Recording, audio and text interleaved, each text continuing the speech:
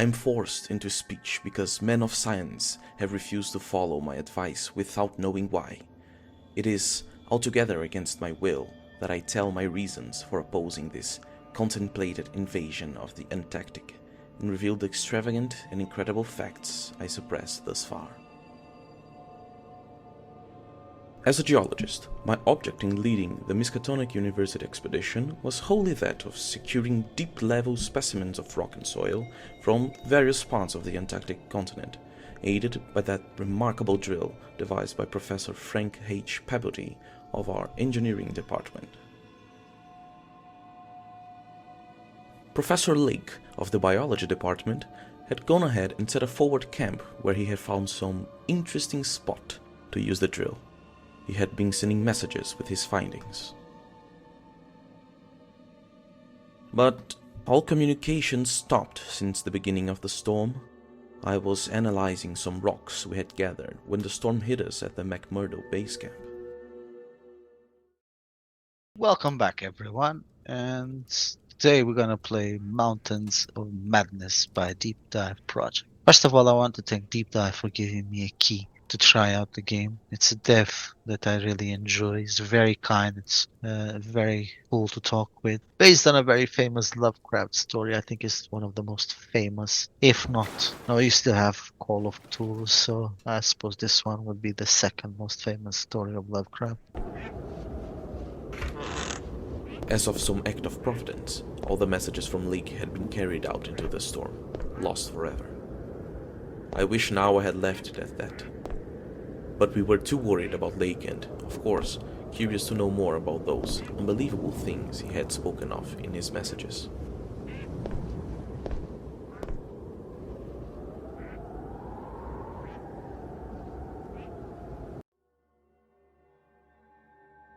At 7:15 a.m., January 25th, we started flying northwestward. The atmosphere was clear, fairly quiet, and relatively mild in temperature, and we anticipated very little trouble in reaching the latitude and longitude designated by Lake as the site of his camp. Our apprehensions were over what we might find or fail to find at the end of our journey, for silence continued to answer all calls dispatched to the camp. It was young Danforth who drew our notice to the curious regularities of the higher mountain skyline, regularities like clinging fragments of perfect cubes which Lake had mentioned in his messages. I felt a wave of uneasy consciousness of archaic mythical resemblances, of how disturbingly this lethal realm corresponded to the evil famed plateau of Lang in the primal writings. It was not a region I would care to be in or near. At the moment, I felt sorry that I had ever read the Abhor Necronomicon, or talked so much with that unpleasantly erudite folklorist Wilmarth at the university. This mood undoubtedly served to aggravate my reaction to the bizarre mirage, which burst upon us as we drew near the mountains. I had seen dozens of polar mirages during the preceding weeks, but this one had a wholly novel and obscure quality of menacing symbolism. I was glad when the mirage began to break up, though in the process the various nightmare turrets and cones assumed distorted, temporary forms of even vaster hideousness. Without an appropriate surface to land close to the camp, we settled for a small entrance of a cave, one which Lake had messages about and would surely take us to the camp. Danforth stood in the plain next to our long-range radios as I went into the cave, alone, searching for the camp somewhere to the northeast.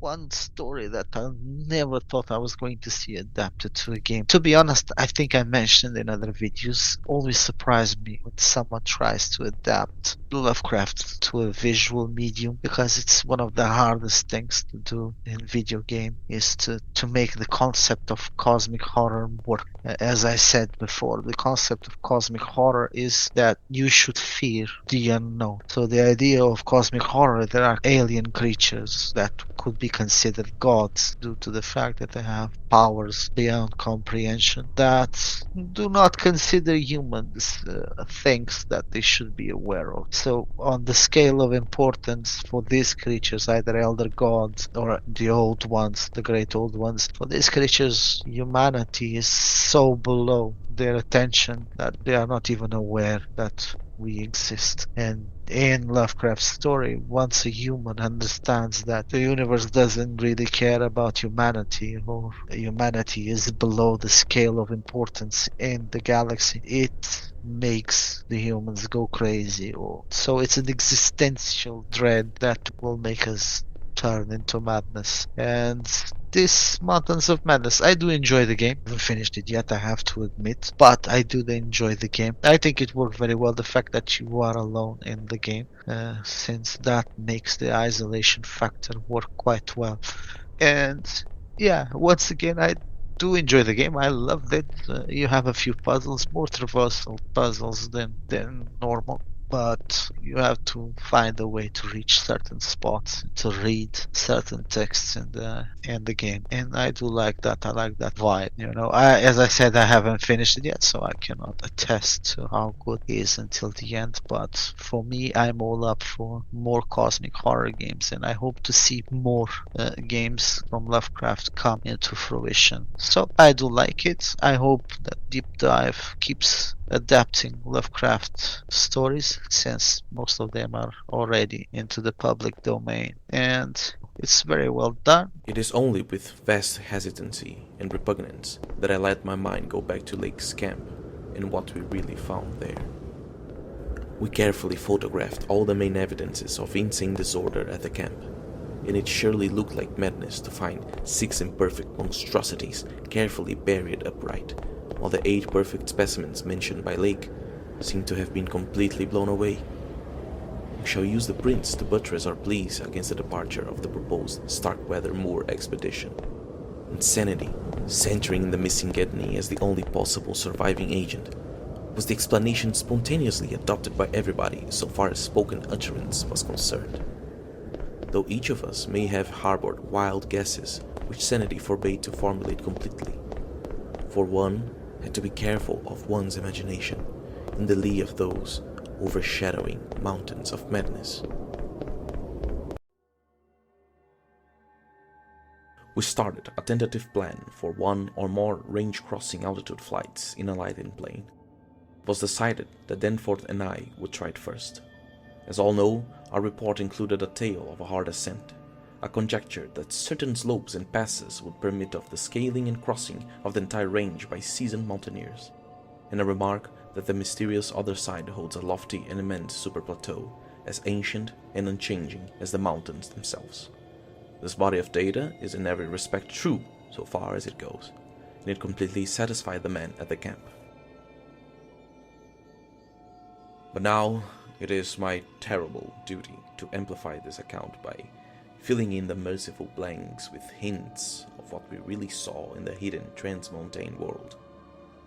As we drew near the forbidding peaks, dark and sinister above the line of crevice-riven snow and interstitial glaciers, we noticed more and more the curiously irregular formations clinging to the slopes, and thought again of the strange paintings of Nicholas Roerich. We saw numerous square or semicircular entrances, as if the natural orifices into the mountains had been shaped to greater symmetry by some evil magic hand. Their wide distribution suggested that the whole region was honeycombed with tunnels. Such glimpses as we secured did not extend far within the caverns, but we saw that they were apparently clear of stalactites and stalagmites. Even the wind's burden held a peculiar strain of conscious malignity. It seemed that the composite sound included a bizarre musical whistling or piping over the omnipresent and resonant cave mouths.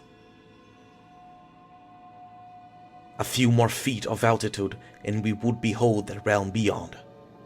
And then, having gained those last few feet, we did indeed stare across the momentous divide, and over the unsimple secrets of an elder and utterly alien earth. Both of us simultaneously cried out in mixed awe, wonder, terror, and disbelief in our own senses as we finally cleared the pass and saw what lay beyond. The frightful, unhuman ruins that had brooded there amidst the blasts of a bleak upland. Corona Mundi, roof of the world. Selecting a spot nearest to the pass, since our next flight would be across the Great Range and back to camp, we succeeded about 12:30 p.m. in coming down on a smooth, hard snowfield, wholly devoid of obstacles, and well adapted to a swift and favorable takeoff later on. The graphics, although not the best graphics in the world, they are not the worst. I've clearly seen worse, and being this a solo dev, I think the graphics work very well. I'm playing on Steam Deck. The game runs pretty well. As you can see, it goes from 40 to 50 FPS, sometimes 60. Don't think it goes below that. I never seen the game go below that. I do enjoy the game. I will not give it a score. As I said, it's not common for me to give scores, but I do love the game and I want to see more of it, and I will finish at some point. I will leave the game running for a few minutes so you guys can make your own decision as well.